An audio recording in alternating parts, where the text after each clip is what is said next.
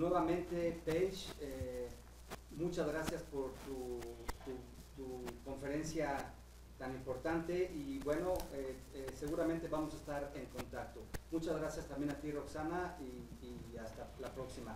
Paige, thank you very much. You are very kind, and surely we will be in touch.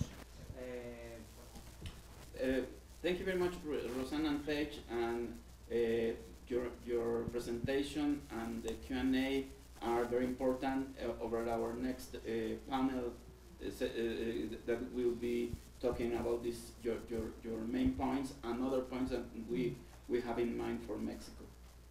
Great. Thank you very much. Enjoy your symposium. Thank you. Thank you.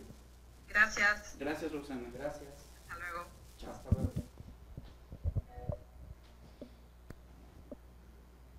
Bien, y ahora pues vamos a continuar con nuestro panel, el panel que tiene que ver con las necesidades tecnológicas de aprendizaje y conocimiento y que de alguna manera tiene seguimiento con esta conferencia que acabamos de escuchar de Paige Johnson.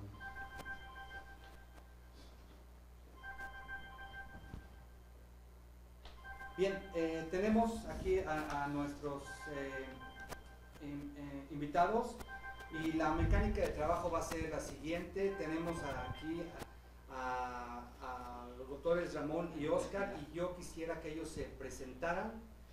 Vamos a tener, la mecánica de trabajo es trabajar, tener una presentación de ustedes de quiénes son, qué han hecho, qué es lo que les interesa y sobre todo ligar esta parte con lo que acabamos de escuchar de Paige sobre las necesidades tecnológicas del aprendizaje y conocimiento. Bueno, ¿qué están haciendo? Yo no sé si tú quieras comenzar, Ramón, y después tú, Omar, y también el doctor Roberto Ibáñez va a tener lo mismo, 5 minutos para presentarse, para decir qué es lo que está haciendo y vamos después a tener una sesión de preguntas y de respuestas, pero sobre todo de discusión para ver qué es lo que está pasando con este tema tan importante de necesidades tecnológicas de aprendizaje y conocimiento.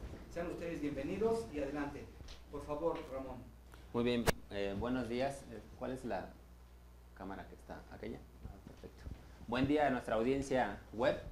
Es emocionante para un servidor estar aquí en esta mesa, en este panel con las personalidades que nos acompañan. Esto es cada vez más retórico, el tema de usar la tecnología para acortar los espacios, las distancias, para evitarnos los tráficos. La verdad es que me ha tocado participar en varios eventos de este tipo y cada vez predomina más la inercia de usar la tecnología para comunicarnos. Un servidor es director general de una plataforma educativa que atiende precisamente el segmento de niños de educación básica, que va desde niños de 6 años hasta niños de 12 años, una plataforma que desde nuestro particular punto de vista innova mucho en la forma de enseñar. Nosotros creemos que el paso, digamos, que justo Paige comentó varias veces en la conferencia magistral que acaba de dar, es precisamente cambiar de la instrucción al aprendizaje. Y para ello necesitamos dejar de dar el paso a paso, dejar de hacer que los niños sigan una secuencia y un procedimiento previamente definido y que siempre nos lleva a un resultado que es esperado. Lo que necesitamos es fomentar en el niño la posibilidad de ser creativos, la posibilidad de ser autónomos, la posibilidad de generar su propio proceso de aprendizaje, tomando en consideración lo que un niño trae ya como habilidades integrales a cada uno de ellos, que tiene que ver con las inteligencias múltiples, que un niño hoy día, digamos, las puede desarrollar y las puede aplicar mucho al tema educativo. Entonces, esta plataforma que desarrollamos durante casi 3 años responde precisamente a esto, al hecho de atender y tratar a un niño como un ente autónomo, creativo, que puede crear su propia estrategia para aprender y nosotros le damos prácticamente una guía de los temas en los que podría reforzar la parte del conocimiento o los temas que debería atender para seguir creciendo en cuanto a la parte del conocimiento. Apuntamos pues hacia el segmento del homeschool, de tal suerte que ahora nace como una plataforma complementaria a la educación y en algún momento en el futuro podrá ser la instrucción que le permita al niño no depender de un espacio físico. para poder actuar. La plataforma como tal lo que hace es que identifica qué tipo de niño eres, cuál es tu perfil, cuáles son tus mejores mecanismos de aprendizaje y te coloca el conocimiento primero para nivelarte, que es como el principal objetivo que tenemos aquí en Latinoamérica en general, y después para potenciarte. Eso es con respecto a la plataforma educativa de Alebricma. En otro orden de ideas, un servidor forma parte de una ONG internacional, que es una ONG que está adherida a la UNESCO, donde existen 5.000 asociaciones a nivel mundial, y nosotros estamos pues, al frente de la parte de América Latina y el Caribe. En esta parte hemos desarrollado muchos temas de la educación no formal que creemos puede ser mucho más asertiva en cuanto al tema de las escuelas, dado que no depende tanto de caprichos políticos o de intenciones comerciales, sino más bien de la parte social, en la que puedes llegar con esta educación y la tecnificación de una forma más sencilla. En esta dinámica estamos impulsando, hace un par de semanas liberamos una iniciativa en innovación en materia de responsabilidad social, pero aplicada a la educación y tecnificada.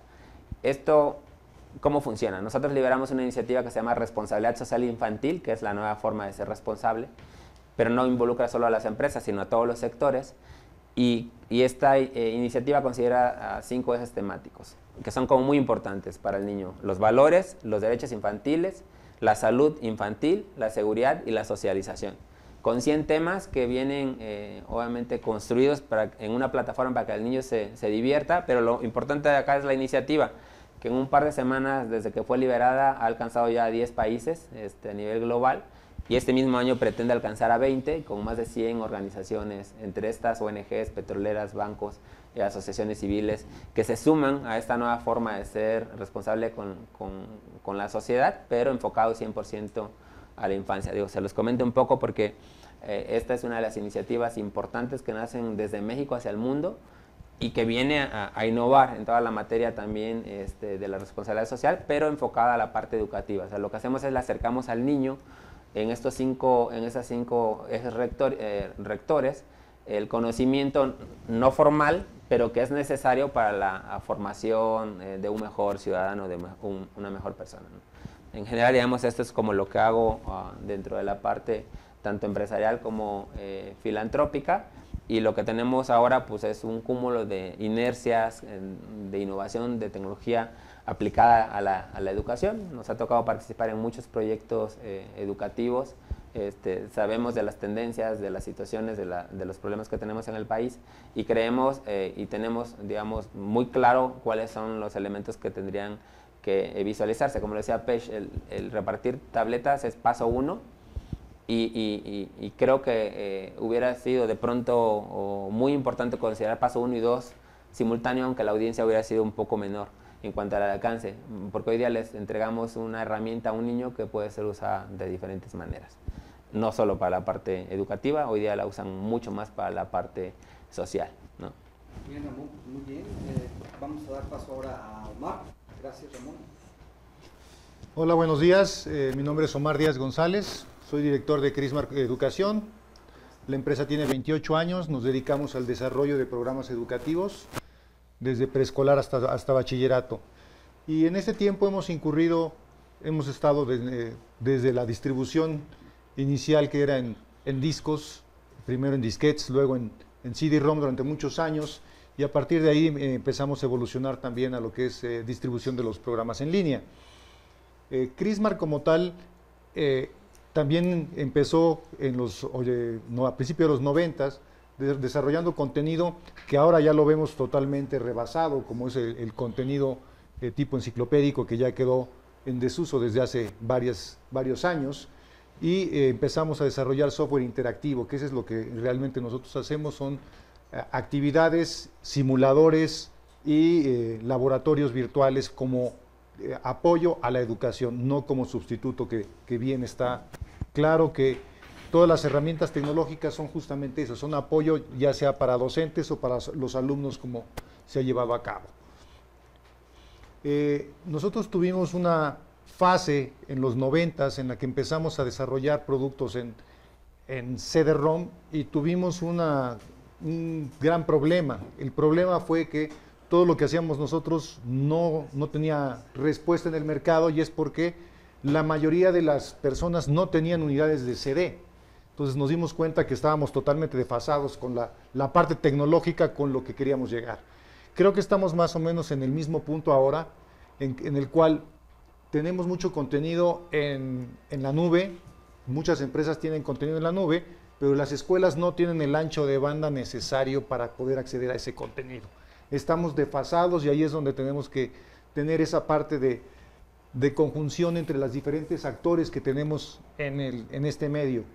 Yo sinceramente hay una parte donde no coincido con Paige, que es cuando ella, y mucha parte del gobierno incluso lo hace, que es en la parte de proporcionar los dispositivos a los alumnos antes de haber tenido la capacitación primero a los docentes. Eso creo que es un paso anterior a proporcionar los dispositivos. Lo que muchas veces sucede es que los maestros no conocen y empiezan a prohibir el uso de la tecnología. Entonces, en vez de que sea una ayuda, empieza a ser un obstáculo. Y la otra parte, la parte que hace falta es la parte de la infraestructura, y no me refiero a la infraestructura de proporcionar los dispositivos como tal, sino más bien a haber creado esa infraestructura de conectividad hacia las escuelas, que tengan el ancho de banda, que se tenga el contenido adecuado, y obviamente que la currícula esté adaptada hacia el área tecnológica, y no dejar una currícula como ha sido en muchos casos, una currícula vieja o buena para su momento, buena para el contexto en papel o en libro, y ya no es operable para el contexto digital. Entonces, son las partes donde creo que deberíamos empezar a establecer una polémica y ver qué es lo que nos conviene. Cada uno de los actores tiene una función que hacer, y justamente aprovechar las fortalezas de cada uno de ellos para que tengamos un sistema sólido entre todos y no tengamos esfuerzos aislados. A mí una pregunta que también me gustaría dejar aquí sobre la mesa es: ¿por qué empezar en quinto de primaria? ¿Por qué vámonos con los alumnos de 10, 11 años, cuando todas las corrientes de la educación, del aprendizaje, nos dicen que el niño aprende, lo que aprende es realmente de los 7 años hacia abajo, es la parte básica?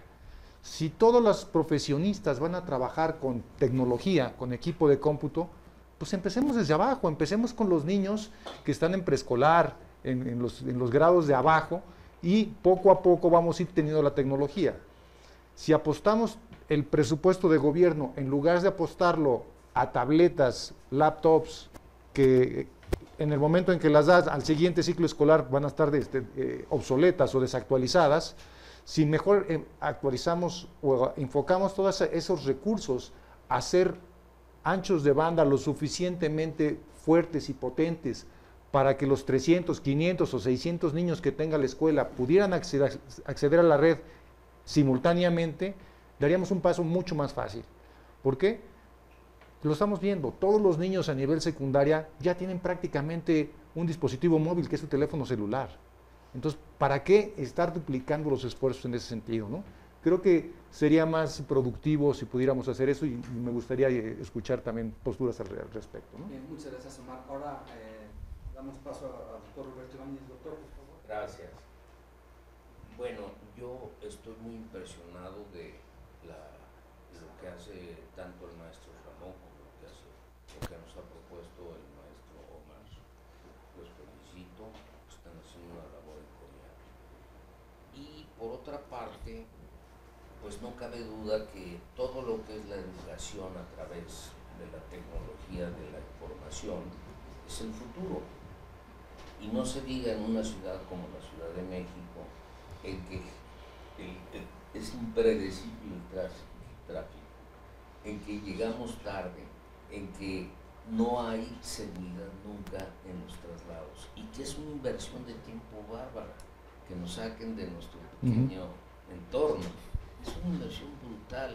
Entonces la tecnología ciertamente va a ser, y ya lo es, una maravilla para evitar esos traslados, como decía usted. Me parece que eso no hay duda. ¿Cuál es el problema que yo veo en la tecnología? En distintos programas, a través de la computadora, a través de los programas online. ¿Cuál es el problema que yo he visto? Creo que el problema más fuerte es la soledad en que la tecnología deja a los alumnos, y sobre todo en el nivel superior, que es en el que yo me manejo, que es una universidad de la que soy rector. Entonces, la soledad es tremenda. ¿Por qué? Y sobre todo con nuestra mentalidad latina. ¿Qué pasa con la mentalidad latina? Que somos bastante proclives al desánimo, al no puedo, al para qué hago este esfuerzo si mis amigos están mejor que yo económicamente y no han hecho estudios. En fin, como decía muy bien el maestro Ramón, cada persona tiene su problemática específica, pero ciertamente afecta los índices de eficacia terminal, estas crisis a las que son tan propensos los alumnos que se sientan en una computadora. Entonces, la gran experiencia que yo en lo personal he tenido es el tema de la asesoría o tutoría. Para nosotros ha sido una maravilla porque hemos podido estar junto al alumno cuando entra en crisis, cuando cree que no es lo suyo el estudiar, cuando piensa que esto desborda sus capacidades. Entonces, yo quisiera en estos breves minutos hacer énfasis en la necesidad de apoyar a los alumnos online, no dejarlos a su suerte, porque va a disminuir dramáticamente nuestra eficacia terminal. Por una parte, el sistema presencial tradicional tiene una serie de características en que se suplen estas crisis. Uno es el estudio en conjunto de los alumnos, en que se animan unos a otros. Segundo, se facilita en esos grupos la comprensión de contenidos a veces complejos, que a veces sí son difíciles. Tercero, el maestro se da cuenta quiénes tienen vocación para ciertas áreas difíciles de reclutar gente, como por ejemplo investigadores. Es mucho más tranquilo trabajar en un banco que estar de investigador en una universidad, pues porque te ganas más en la chamba en el banco que como investigador en una universidad. Sin embargo, hay gentes que tienen tal vocación hacia la investigación que sería tristísimo que no los orientara algún profesor de los muchos que se topan en las aulas universitarias. El siguiente punto es que los profesores líderes, los profesores con mucha vocación, arrastran a esos muchachos talentosos y los animan a seguir las inclinaciones a la vida académica que descubren estos maestros en los alumnos, cosa que no sucede en un puro curso online. El maestro se vuelve un promotor de vocaciones académicas jóvenes. Se vuelve además, si es un hombre con cierto carisma, con cierta vocación de profesor, de maestro, se vuelve una guía insustituible y el chico se apasiona. Yo he visto cómo chicos con ciertos profesores vibran y salen fascinados, cosa que en el sistema online puro no siempre es posible, porque, por ejemplo, nosotros en la Universidad de La Rioja exigimos que una vez a la semana se dé una clase por alguno de los profesores o de algún buen investigador o un experto en un tema. Los alumnos tienen que escuchar una clase semanal en cada una de sus materias. Pero realmente lo que más ha ayudado y funcionado es la asesoría. ¿Por qué? Porque en la asesoría te haces amigo del alumno. Claro, hay que preparar muy bien a los asesores, no es una cosa de improvisada, no es la simpatía del asesor, es toda una técnica, es asistir y acompañar a los alumnos pero es maravillosa y tiene una eficacia asombrosa. Realmente hemos rescatado muchos alumnos que ya querían, como se dice vulgarmente, tirar el arpa y salirse de la orquesta. Los hemos recuperado. Y me parece que eso le da al sistema online las ventajas del sistema asistencial hasta cierto punto. ¿Por qué? Porque hay alguien con prestigio, con categoría profesional, con inteligencia, con simpatía, que está respaldando atrás a los alumnos. Entonces me parece que si la tecnología no utiliza estos recursos que la encarecen desgraciadamente, y no todas las instituciones tienen recursos para formar buenos asesores y para pagarles el tiempo que es mucho que invierten ellos en esta tarea, ¿no? Pero es tan valiosa que debiera las autoridades, sobre todo en las universidades públicas, reconsiderar que los programas online tienen que ser respaldados de esta manera que les he referido. Pues eso es lo principal. Bien, muchas gracias. Pues como se dan cuenta ustedes, ya hemos visto un poco qué es lo que hacen las posiciones y qué es lo que lo está, sus inquietudes, qué es lo que lo está provocando estar en esta mesa de esta mañana. Yo veo y digo, pues Alegdigma habla de valores, derecho, salud, seguridad, socialización. Crismar está preocupado por las currículas, por los contenidos. ¿Por qué en quinto año? ¿Qué pasa si no tenemos una buena infraestructura? Y la Universidad de La Rioja pues está muy preocupado por la parte del acompañamiento, de la tutoría, ¿sí? En ese sentido, bueno, en función de su experiencia, lo que ustedes han hecho, yo lanzaré una primera pregunta aquí al panel. ¿Ustedes creen que pues las políticas educativas, es decir, las acciones que toma el Estado para resolver los problemas sociales, realmente las políticas educativas en educación con tecnología están siendo las adecuadas? Lo que he podido advertir, no sé qué opinen mis colegas, es, sobre todo ahora que nos ha dicho el maestro Omar, el desperdicio que supone a veces darle a un señor una tablet cuando el chico tiene otros recursos con los que está familiarizado y que los prefiere, porque uno prefiere lo que conoce a la novedad. La novedad en materia informática le tenemos miedo, quién sabe qué va a requerir esto. Entonces yo pienso que por otra parte el desperdicio que hubo con los famosos pizarrones en el sexenio de don Vicente Fox fue impresionante, con miles de millones de pesos tirados a la basura. Nadie usa esos pizarrones, tal vez por lo que dijo usted, maestro Omar, de que faltó una buena capacitación a los profesores. Y segundo,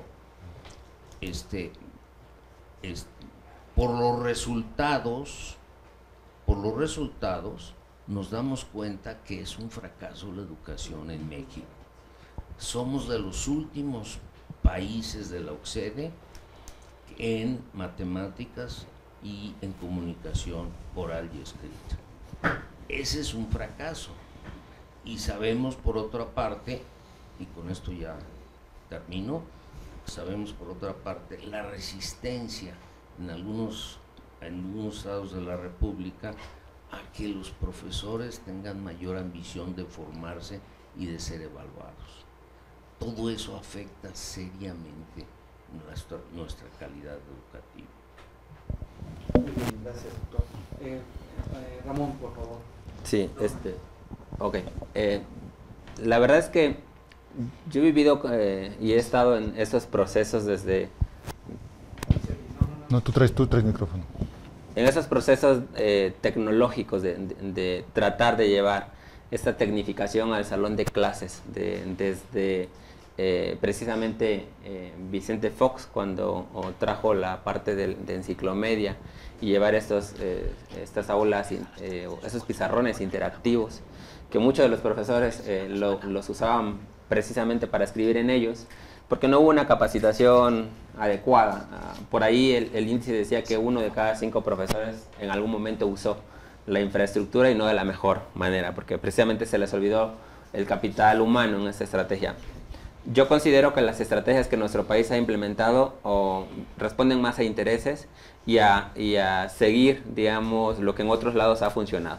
No considero que hayamos hecho un análisis fehaciente y preciso de nuestra realidad geográfica, de conectividad, de infraestructura, de conocimiento, y que pudiéramos haber creado una metodología propia, donde no solo el tema de la infraestructura, como lo compartía hace un minuto, es la solución, sino el contenido enfocado a llevar la parte del conocimiento a nuestras audiencias, la instrucción, digamos, de los profesores debidamente capacitados para usarla, que no sean rebasados. Hoy día un profesor es rebasado por los alumnos en materia de conocimiento tecnológico.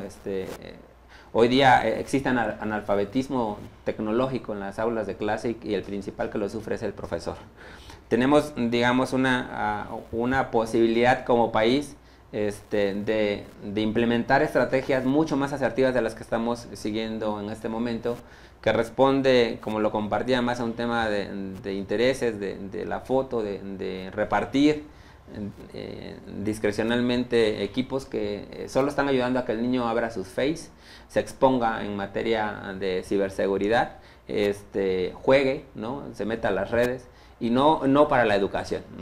Es una forma en la que el niño se mete a la tecnología, pero no es una forma en la que lo apoyamos para que se eduque y tenga mayor nivel educativo. Entonces, considero que no tenemos una estrategia adecuada, porque no se ven todas las aristas de la situación en la que se vive en el país, y nosotros desde nuestra área pues apostamos en esto, precisamente en hacer que la parte de la infraestructura, digamos, no se convierta como en el obstáculo para llegar con el conocimiento al niño. Nosotros apostamos más en el hecho de generar materiales y contenidos que puedan ser visualizados desde cualquier dispositivo, no en uno en particular, desde cualquier medio, no un enlace en particular, porque conocemos la realidad que tenemos en cuanto a infraestructura, en cuanto a hardware dentro del país. Entonces, esa es mi aportación. Creo que no estamos haciéndolo de la forma correcta, porque responde más a intereses y a seguir a lo que otros países hacen, que no distan mucho de nuestra realidad, ¿no? Muchas gracias, Ramón. Ahora le damos la palabra a Omar. Bueno, Omar. trataré de ser breve. Difiere un poco en que si sirvió o no sirvió todo lo que hizo Fox.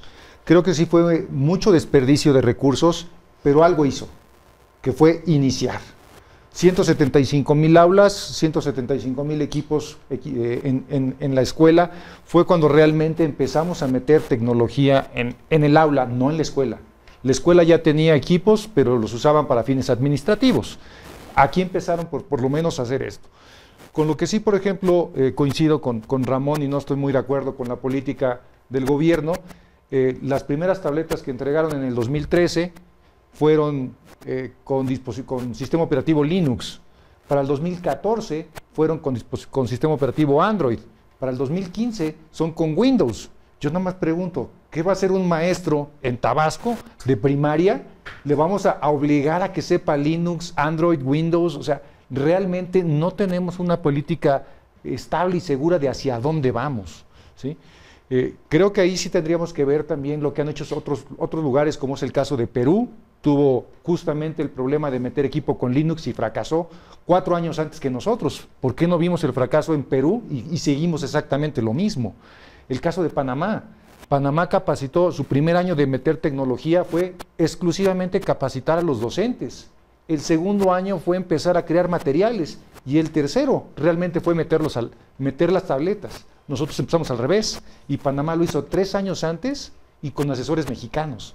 ¿Por qué no lo hacemos así aquí en México, teniendo experiencias muy vistas? O el caso Ceibal. Uruguay es un país de 5 millones de habitantes. Es un país pequeño que ha tenido bastante éxito en su planteamiento. México tiene 120 millones. Es un contexto totalmente diferente, tanto en población como en geografía. ¿Por qué no empezamos nosotros con un sistema similar, ¿no? En este momento estamos muy enfocados o está muy de moda los recursos educativos abiertos. Sinceramente yo siento que eso va a ser otro fracaso como tal, porque vamos a pedirles a maestros que se dediquen a hacer recursos cuando no tienen ni es su función esa. Es a lo que me refería en la intervención anterior, en que cada uno de los actores debe de hacer la parte que le corresponde, ¿sí? Y no tratar unos de hacer la parte de otro, ¿no? Eso sería lo que yo veo en cuanto a políticas por parte del gobierno.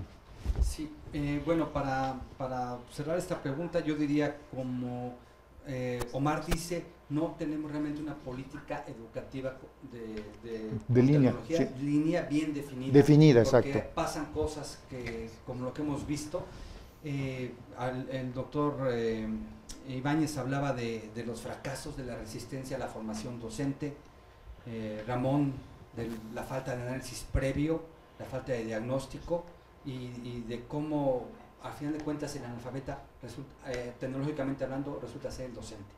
Entonces, si lo que tú dices, pues, bueno, ya empezamos con algo, empezamos mal, otros países nos están mostrando cómo lo pueden hacer, y como dices, con advisors, con asesores mexicanos.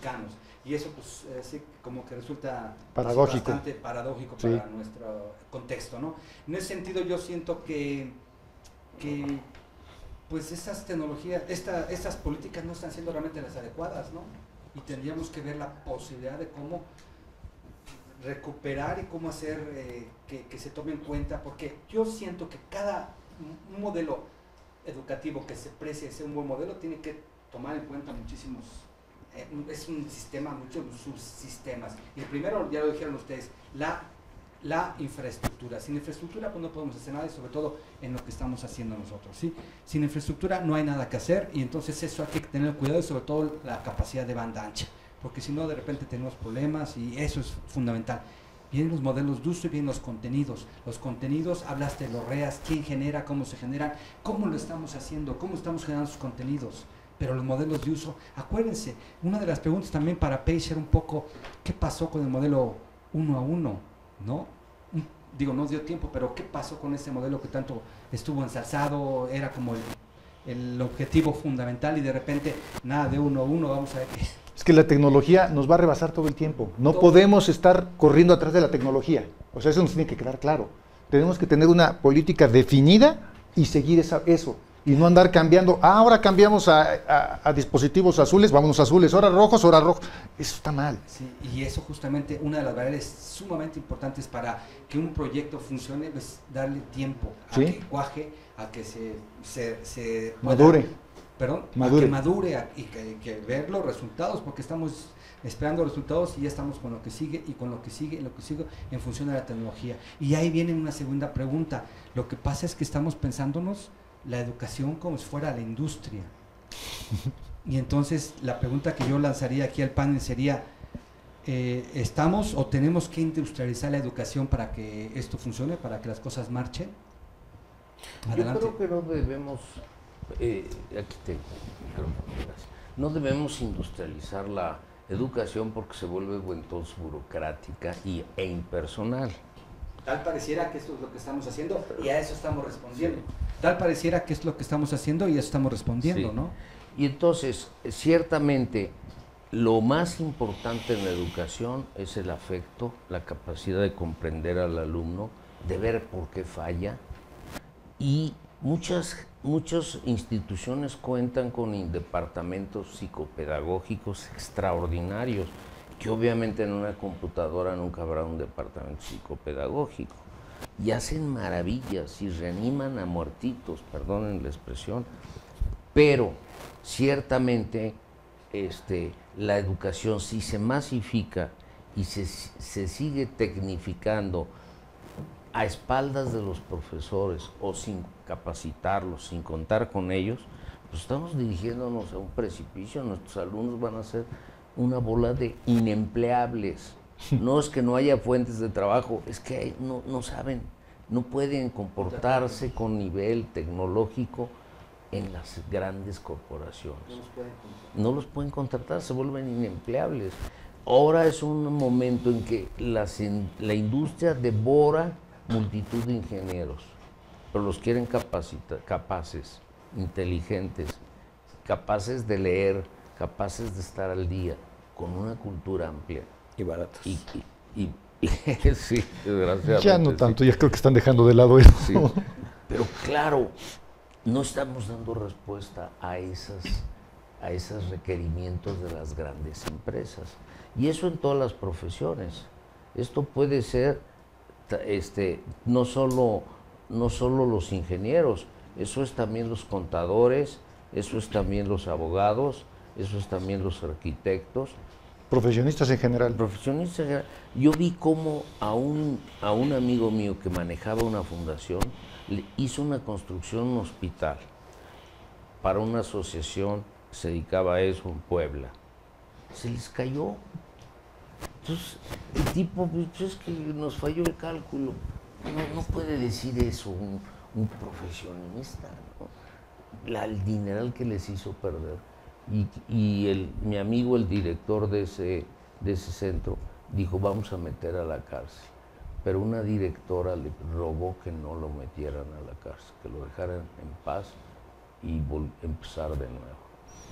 Bueno, pero son simplemente reflejo de la deficiencia de nuestra educación universitaria, y no sé si más atrás, eso lo saben mejor. Definitivamente es más atrás. Sí, yo quisiera, digamos, participar y digamos... Gracias. Adelante, Ramón. Sí, quisiera participar un poco con respecto a este tema. Creo que vivimos en un entorno en el que la parte, digamos, generacional en la que estamos tiene que reinventarse un poco en cuanto al hecho de dejar de recibir la palmadita, ¿no? Porque estamos como muy acostumbrados a eso, precisamente a que alguien venga y nos rescate. Y ese es un problema del sistema educativo, lo que nos han proyectado las políticas educativas en las instituciones, desde mi apreciación, porque nos han hecho un paso a paso. Es, si no sumas, no restas, si no restas, no multiplicas, y entonces nos van dando la secuencia de las cosas que tenemos que hacer en la vida y nos van metiendo esa dinámica de ser empleados, de ser gente que no crea, no proyecta, no desarrolla, y entonces caemos en este tema de las depresiones, las inconsistencias en la vida y de mil cosas que como sociedad, como esta sociedad que difícilmente va a cambiar, digamos, la base que tenemos ahorita, en el sentido de volverse proactivos, creativos, líderes de proyectos, líderes de innovación. Aquí no está, de alguna manera, el cambio, por lo menos no generacional. Está, como lo decía Omar, en las bases, ¿no?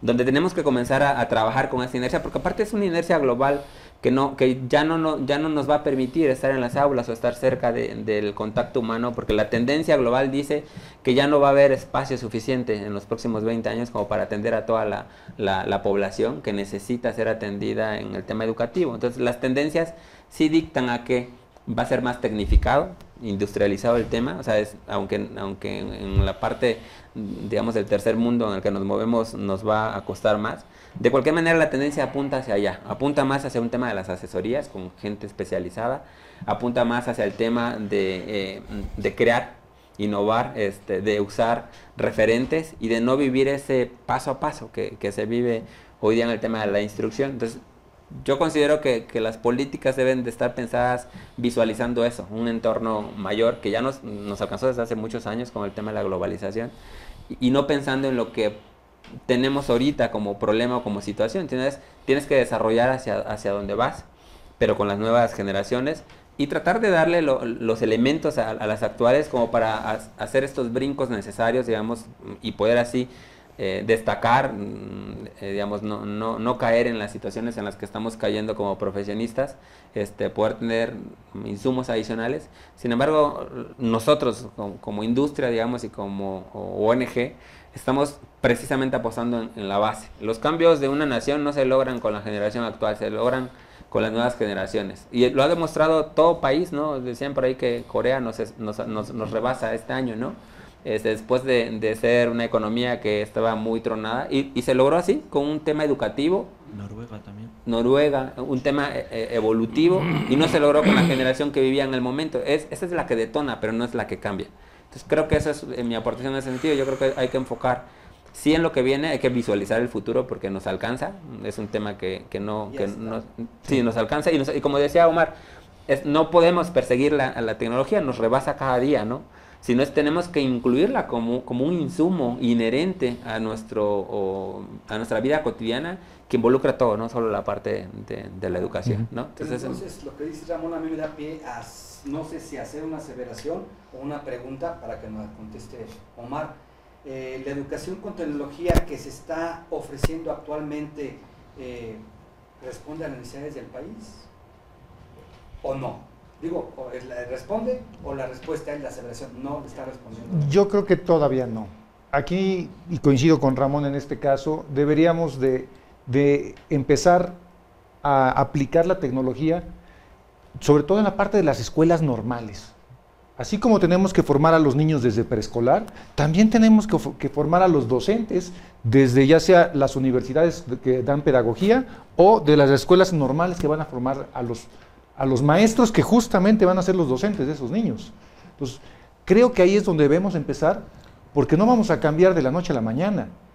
Desafortunadamente, esto es un cambio de 13, 14 años, y quiero ver qué gobierno quiere sembrar algo que no va a recoger. Entonces, el día que veamos como país a futuro, ese día vamos a progresar. Pero mientras tengamos planes de 6 años o menos, lo veo muy difícil. Yo además añadiría un tema importante. Hemos visto la presentación de la señorita Page, que me parece asombroso, impresionante. Pero Baltimore no es Oaxaca. Perfecto. Debemos partir de eso. Está muy bien empezar desde lo global, pero tenemos que aterrizarlo a las realidades culturales, sociológicas y económicas de cada zona. Como igual que no es otra zona más pudiente de México que otra menos. Y creo que si nos mantenemos en ese concepto de lo global, lo que funciona en Finlandia, no va a tener ningún resultado en México. Entonces tenemos que adaptarnos y ver que va a ser unos procesos largos que no van a ser a 5 años ni a 10, sino que pueden ser 2 generaciones. Y en vez de estar comparándonos con los resultados que pueden tener países que tienen muy desarrollado esto, que ya llevan 50 años trabajando en ello, tenemos que empezar a vernos en países que están igual en media tabla para decir, hemos llegado a este punto, vamos a seguir y seguir prosiguiendo, porque si no, perdón, el batacazo que nos podemos dar es impresionante. Si queremos comprarnos un Ferrari cuando solo podemos alcanzar primero para otro cochecito, para la bicicleta, vamos muy mal, porque tenemos que tener sueños alcanzables. Los sueños inalcanzables solo producen frustración y gente que no quiere. Por eso también quizás sería algo conveniente hablar de lo local, lo global en función de cuáles son las tendencias y empezar a construirlo desde lo local, y eso sería algo muy interesante. Nuestras propias necesidades, nuestras propias cultura, nuestras propias formas de trabajo, usos y costumbres, lo que hacemos y todo lo que viene por encima. Y esto me lleva a plantear a otra vuelta panel una pregunta que tiene que ver con el rol. ¿Cuál es el rol que juegan las industrias, la industria mexicana, en las necesidades del sistema educativo? ¿Qué tienen que decir ahí? Bueno, yo diría que Roberto. Yo diría que tendría que haber mucha mayor comunicación entre la industria y los centros educativos, que es muy mala la comunicación y en algunos lugares es nula. Yo estoy en un comité de acreditación de universidades y les piden toda clase de documentos que no sirven para nada, o por lo menos a mí esa impresión me queda. Y luego, como tienen que estar las universidades que acreditamos en contacto con la empresa, invitan a comer a unos empresarios y les preguntan qué opinan. Pero claro, un señor que lo invitas a comer nunca va a decir, esto es un idiota. Nunca va a decirlo.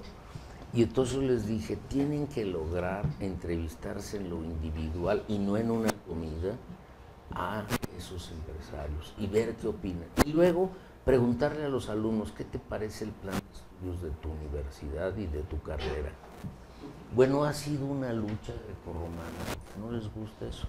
A ellos les gusta recabar un papel, que es una carta en que dice el director de la Nissan, qué buena universidad son ustedes. Pero no es lo mismo eso que sentarse y como decía un rector de la Universidad Panamericana, decía, tienes que ver siempre cómo arruga la nariz el otro. Y es cierto, el contacto es muy importante para averiguar. En las encuestas son demasiado a veces impersonales y no reflejan la realidad, por una parte. Por otra parte, yo creo que el gran reto que nos plantea la tecnología es cómo educar el carácter. La gente, como decía muy bien el maestro Ramón, es blandengue, inconstante, impuntual. Siempre traen pretextos. Esa es mi experiencia con la gente joven. Blandengue porque no son capaces de estarse una noche, pero sobando la mesa con los codos. No son capaces. Segundo, el tremendo problema espantoso que padecemos de la corrupción empieza en que las instituciones educativas no enseñamos qué es la justicia y cómo incorporarla en el corazón de nuestros alumnos. Es más, hasta hay robos en clase. Tercero, además de infundirles carácter, además de, tenemos que darles una amplia gama de valores, no solo la justicia, importantísimos para que un hombre triunfe en la vida. Un hombre, por ejemplo, honrado, trabajador, puntual, que cumple se lo arrebatan en México, sea plomero, sea carpintero, sea abogado, sea dentista. ¿Por qué? Porque no me ve la cara. Porque ahora parece que todos los médicos quieren cambiar de coche de fin de año. Entonces te quieren operar siempre. Oiga, doctor, mire, no, eso requiere operación. Pues, doctor, no me ha dejado decirle que tengo. No, de todas maneras lo voy a operar. Lo voy a operar de la chequera. Exactamente. Entonces, hay una falta de valores. No digo que, vamos, las generalizaciones siempre son injustas, con mucha gente maravillosa. Pero es un mal social, definitivamente. Pero hay por ejemplo, si usted olvida su cartera o su teléfono celular en un restaurante, no aparece en este país. Yo tengo un amigo, viajé con él en Alemania, un profesor de la Universidad de Würzburg, y se le cayó en el compartimento que veníamos, se le cayó la cartera. Y fue corriendo, se fue, dijo, la tiré, voy por ella, a ver si encuentro al tren. Ya no lo encontró, pero le dijeron, no se preocupe, vamos a llamar. Llamaron al maquinista y el maquinista preguntó y le había recogido un austriaco y dijo, yo me regreso hoy mismo esa era la ciudad de donde vivió Mozart, ¿cómo se llama? Salzburgo. Yo me regreso hoy mismo a Salzburgo, que era donde llegamos nosotros, y yo le llevo su cartera al señor. Y entonces llegó mi amigo, se fue mi amigo, me dijo, ahí haz lo que quieras, yo me voy a la estación a recuperarme. No le faltaba un centavo, no le faltaba una tarjeta de crédito, todo íntegro. Bueno. Ahí quisiera yo acotar, llevo 26 años de ser maestro en la Facultad de Ingeniería a nivel licenciatura en la UAM. Y una de las cosas que he notado es que a nivel licenciatura, ingeniería, no les enseñamos muchas cosas a los muchachos, no existe cívica, ética, nada de ese tipo de valores a nivel universitario. Entonces, justamente se ven más adelante las carencias, la parte profesional. Y ya no es algo tan sencillo como se me ocurrió hace aproximadamente 10 años empezar a hacer una encuesta con los mismos alumnos, cuánto querían ellos de sueldo al salir. Y las respuestas son asombrosas. Como un grupo de 25 muchachos que llevan 5 años juntos y encuentran unas respuestas desde 5,000 pesos hasta 80,000 pesos, ¿no?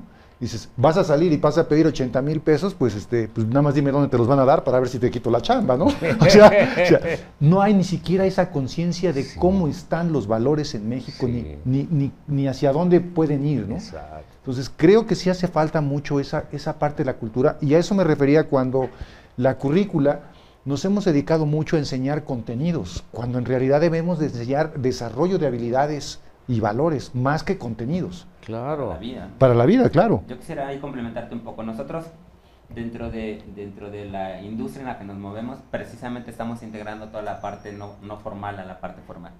El primer producto que liberamos al mercado en materia educativa infantil tiene que ver con matemáticas, cómo los niños aprenden en matemáticas, porque matemáticas, aparte de ser el foco de todos los niños, es el reto, digamos, que en un país claro. hace que la mente evolucione, digamos, en los temas logísticos, y que te permite digamos, para mil cosas, habilidades de todas las carreras. Entonces, metimos toda la parte de los valores primero a la parte educativa.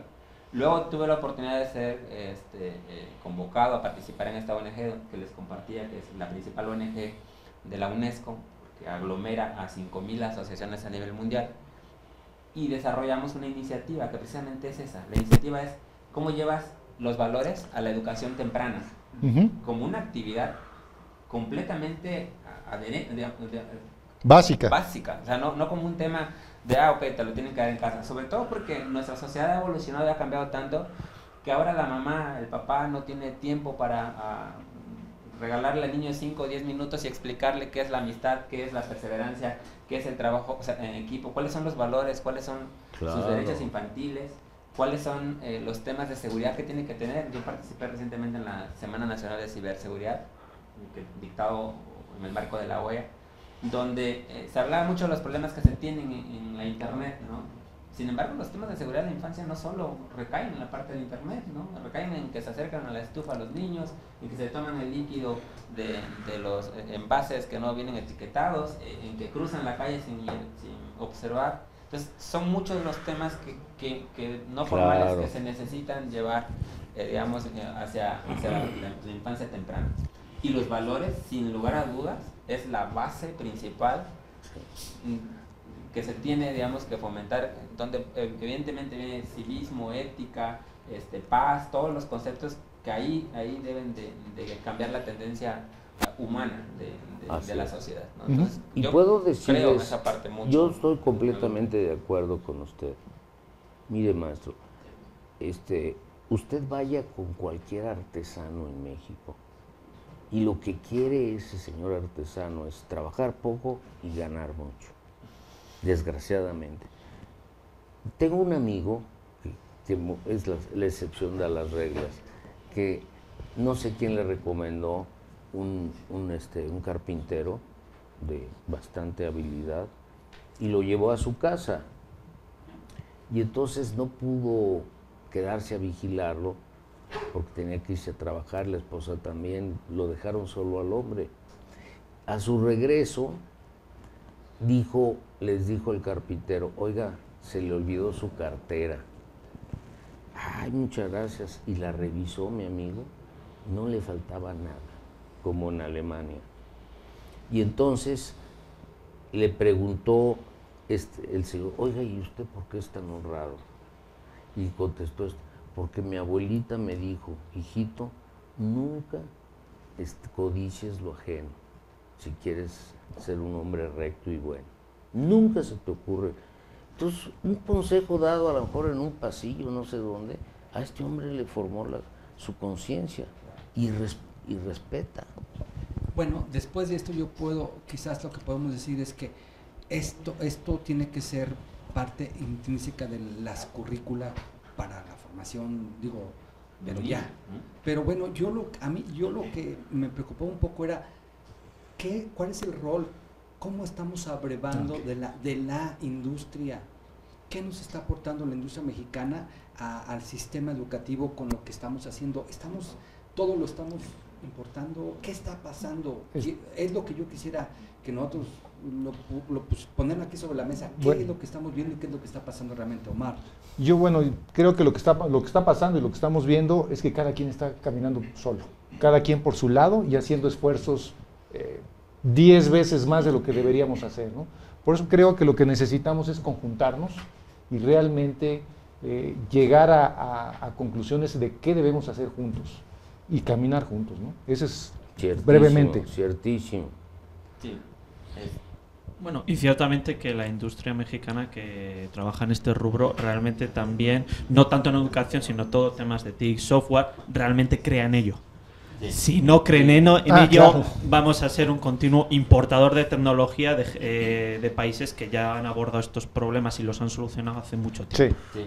Yo sí quisiera compartir algo. Nosotros, en el grupo empresarial en que colaboramos, no importamos. Lo que hacemos es hacemos un análisis de tendencias globales, evidentemente, para no quedar fuera, pero sobre todo en nuestra audiencia local, y lo que generamos son inercias de aquí hacia el mundo. Y suena de pronto un poco soñador el tema, pero hemos colocado iniciativas e inercias globales en muy poco tiempo, y muy poco tiempo significa 3 años de 75 personas trabajando en proyectos, donde se nos ve hasta como ojos raros en algunos países donde nos hemos presentado, porque América Latina en general está conceptualizado como aquel que importa todo lo que le funciona a alguien más, no como aquel que desarrolla para sus propias industrias y que coloca ese mismo desarrollo a nivel global.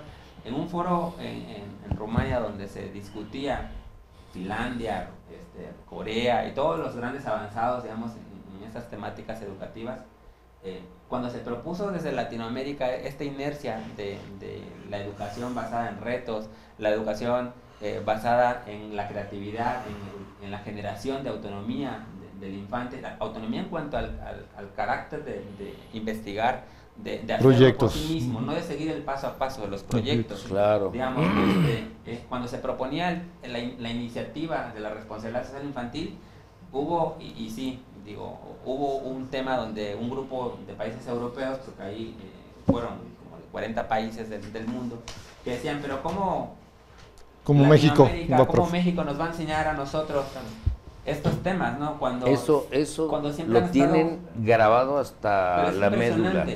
¿Cómo nos desconocen y nos desprecian? Sí, y tiene que ver con el hecho de que nosotros mismos no creemos que podemos hacer cambios y que tenemos creatividad suficiente para impulsar desde aquí las inercias. Nosotros desde el tema industrial primero creemos, ¿no? Que en nuestro país creemos que podemos y estamos impulsando iniciativas que vienen a atender a las grandes masas, porque los cambios no se van a hacer beneficiando a 100, a 200, si no impactas a todo el país o al grosso de la población, no va a haber un cambio. Nosotros estamos impulsando esas tendencias que nos ha costado mucho en el sector gubernamental por todo el tema que compartí de intereses y demás, pero cuando llegas a través de un entorno mucho más social, donde al papá sí le importa que el niño tenga valores, que sepa de sus derechos para que pueda defenderse de cualquier situación, que pueda identificar si tiene algún problema de salud o si tiene un tema de seguridad, entonces la dinámica cambia, y si viene empujado por una intención que involucra más a la parte del compromiso social,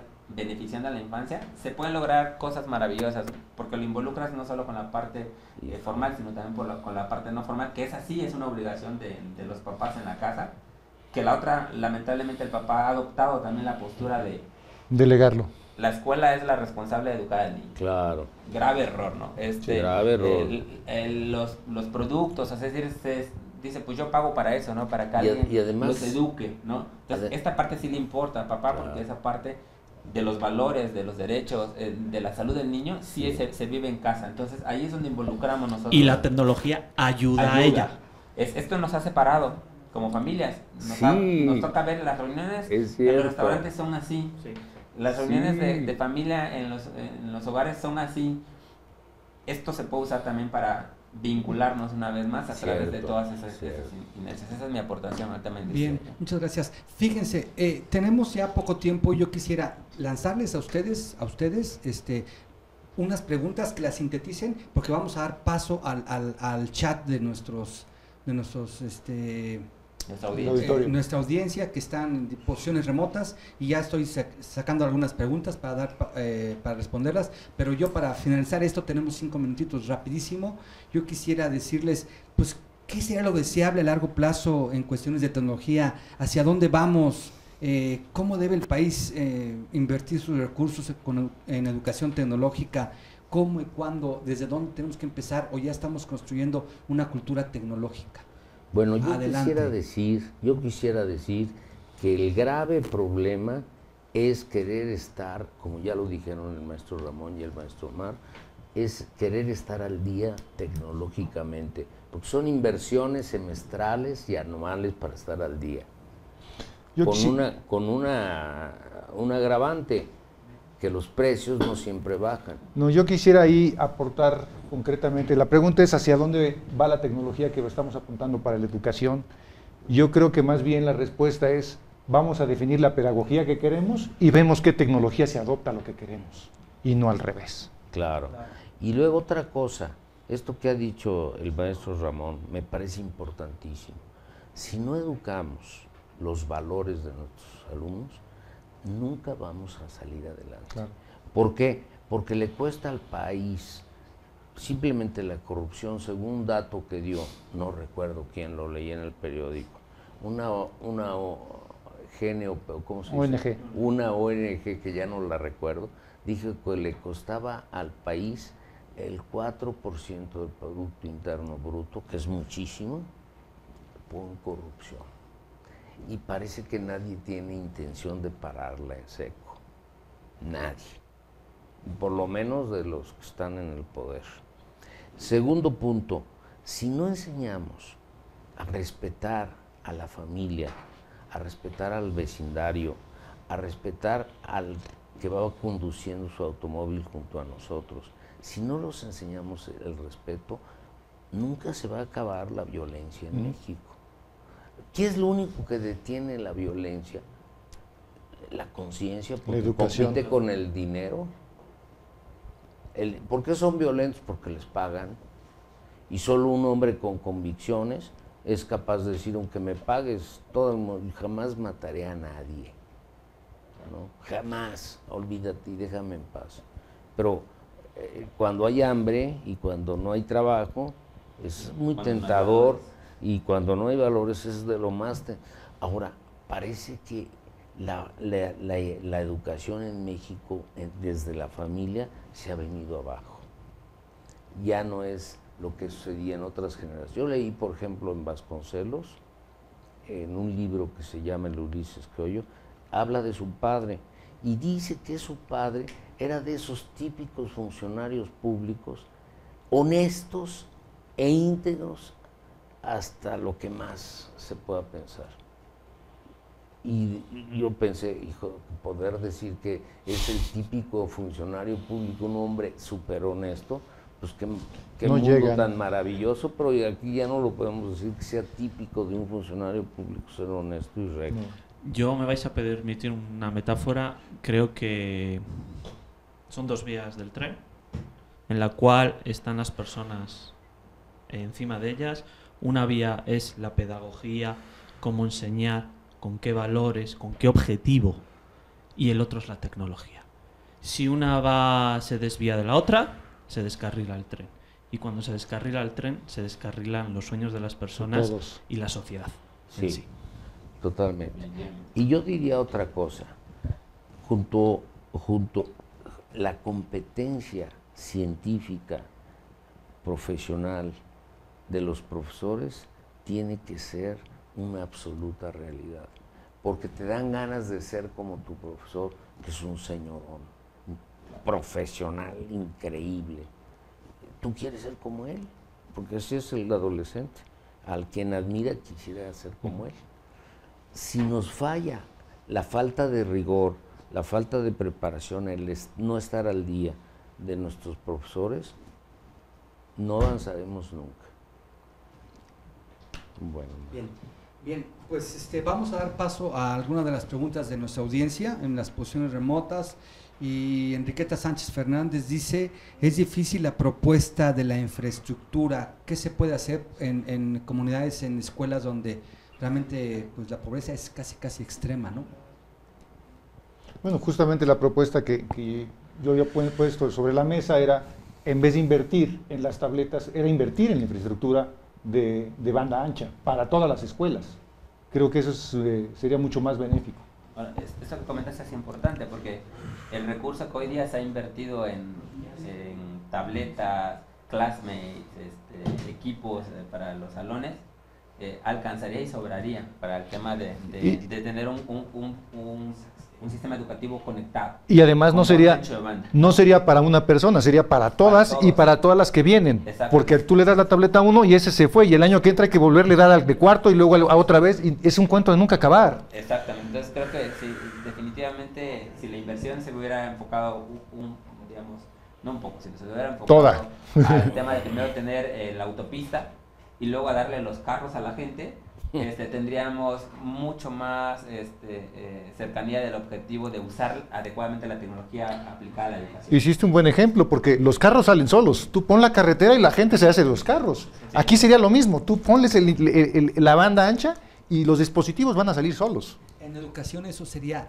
darle las bases, no lo básico, a nuestros estudiantes y la formación a los profesores para que puedan caminar junto con la tecnología y no sentirse rebasados cada vez que sale un nuevo modelo de lab, un nuevo modelo de compu, un nuevo modelo de mobile. En ese sentido yo creo que necesitamos generar, formar a nuestros estudiantes y a nuestros docentes dándoles las bases que les permitan. Las bases implica todo lo que ustedes han hablado, pero sobre todo yo metería por ahí un puntito, la programación informática como un elemento de pensamiento crítico reflexivo que les puede ayudar a hacer muchas cosas, y no porque vayan a ser ingenieros en cómputo o ingenieros civiles, sino porque un buen comunicólogo, un buen lingüista, un buen historiador con un conocimiento de base de lo que implica la programación informática y el entendimiento y la comprensión de las tecnologías de base, como en este caso una computadora, puede ayudarle a ser un mejor ciudadano. Bien, otra pregunta. Crismar y Alebrigma han pensado en algunas estrategias para influir, para incidir en los gobiernos. Crismar y Alebrigma, ¿ustedes han pensado en algunas estrategias para influir, incidir en los gobiernos? Pregunta Verónica Torres. En el caso de Crismar, a partir justamente del 2015, lo implementamos hace un año, noviembre del 2014, a partir del 2015 nosotros estamos donando, tenemos una dotación de 10,000 licencias gratuitas para los gobiernos de los estados a nivel centro. Y lo único que tienen que hacer es mandárnoslos por escrito. Lo presentamos en un panel en el cual había 14 estados representados. Los 14 dijeron que les interesaba. Cuando llegó el mes de febrero, 3 meses después, solamente 3 estados nos respondieron. Y uno fue el único que concretó la solicitud oficial. Y regalamos las licencias a otras escuelas, pero lo tenemos implementado como política de Crismar anual, hacer ese donativo. No sé, en el caso de... Qué bien. Sí, en nuestro caso, digamos, y un poco participando desde la ONG, de las asociaciones de la UNESCO, tenemos un programa para beneficiar a gobiernos, asociaciones civiles, empresas, escuelas y personas, donde la ONG les dota de 5,000, 10,000 y hasta 100,000 becas a la plataforma que fomenta los 5 ejes rectores que compartimos hace un momento, que son los valores, los derechos infantiles, la salud, la seguridad y la socialización, que traen más de 100 temas que ayudan al niño a entender el contexto y a ver cómo pueden aplicar estas inercias, donde, por ejemplo, hemos comenzado a ver con algunos países en Latinoamérica que se les van a ceder 100,000 suscripciones. Evidentemente después de eso hay un costo asociado a la parte de suscripciones adicionales, de tal manera que a una institución se les va a becar a la mitad de la población, a las asociaciones civiles se les van a entregar 5,000 suscripciones para que las puedan repartir entre las audiencias, para apoyar en esta dinámica en la que si no ven cómo o qué funciona, no invierten, ¿no? O sea, primero aquí está lo que pone la ONG para el país, desde estas 10,000 por estado o 100,000 por país, o hacia las asociaciones civiles, los convoca a subirse a una iniciativa que nace desde México y Latinoamérica hacia el mundo, que es la de la responsabilidad social infantil, donde se innova en materia de la responsabilidad social. Ya salimos del contexto de derechos infantiles o de SIRs y demás, sino es una innovación todos en favor de la infancia, y se entregan todas estas suscripciones a un producto que tiene un costo en el mercado, que también se vende, ¿no?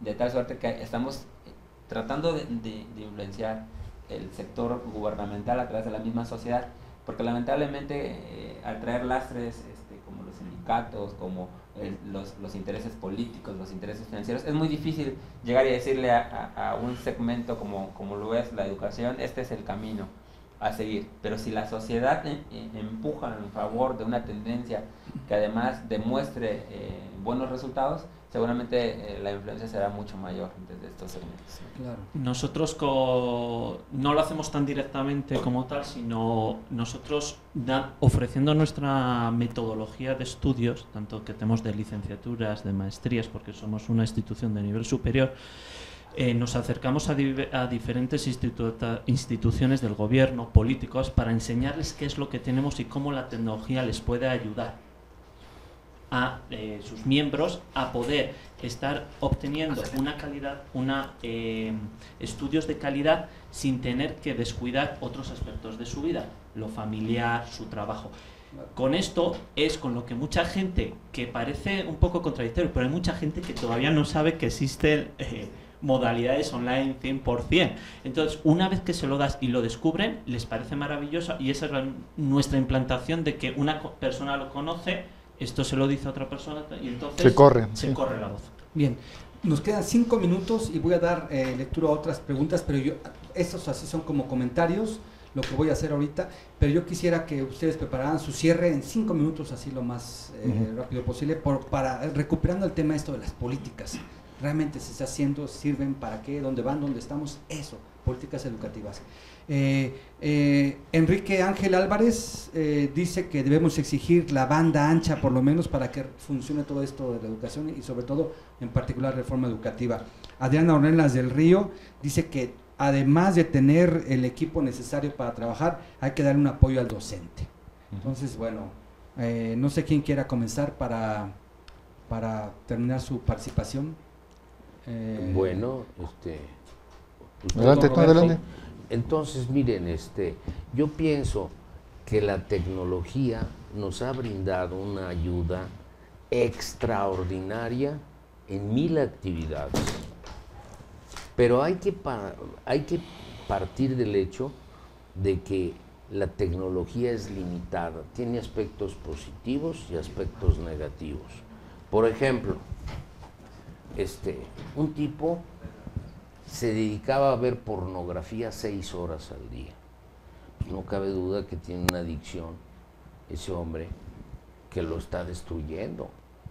No sé de qué viva, la verdad de ser hijo de papá. Luego, otro señor se dedica, un profesor bastante distinguido, le mete varias horas a navegar. ¿Y qué ves? Pues navegar. Me pareció increíble que un hombre de prestigio, pero luego me di cuenta que no había profundizado, que vivía de sus rentas, de lo que había estudiado en su doctorado. Y ya no abre un libro de su especialidad, ni aunque lo maten. Y en cambio sí se dedica a 6 horas o 5 o 4, no sé, a perder el tiempo en la computadora. Entonces, lo primero que hay que tener en cuenta es enseñar a nuestros alumnos a aprovechar el tiempo y no perderlo en la computadora. Porque sí, puedes irte a 20,000 sitios muy interesantes, pero eso es dispersarte y que terminar en aprendiz de todo y maestro de nada. El siguiente punto es que algunas personas piensan que por el simple hecho de que aprendas con una computadora vas a hacer lo máximo.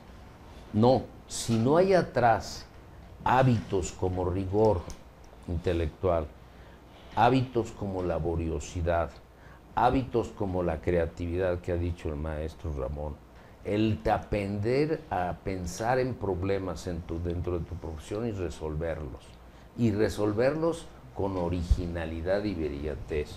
Fíjense lo que hicieron los españoles, que en ciertas cosas me parecen muy creativos. No tenían recursos para ampliar los hospicios para ancianos. ¿Y qué dijeron? Bueno, pues que se las arreglen como puedan. No. Se le ocurrió a uno, vamos a que los adopte la gente. Y lograron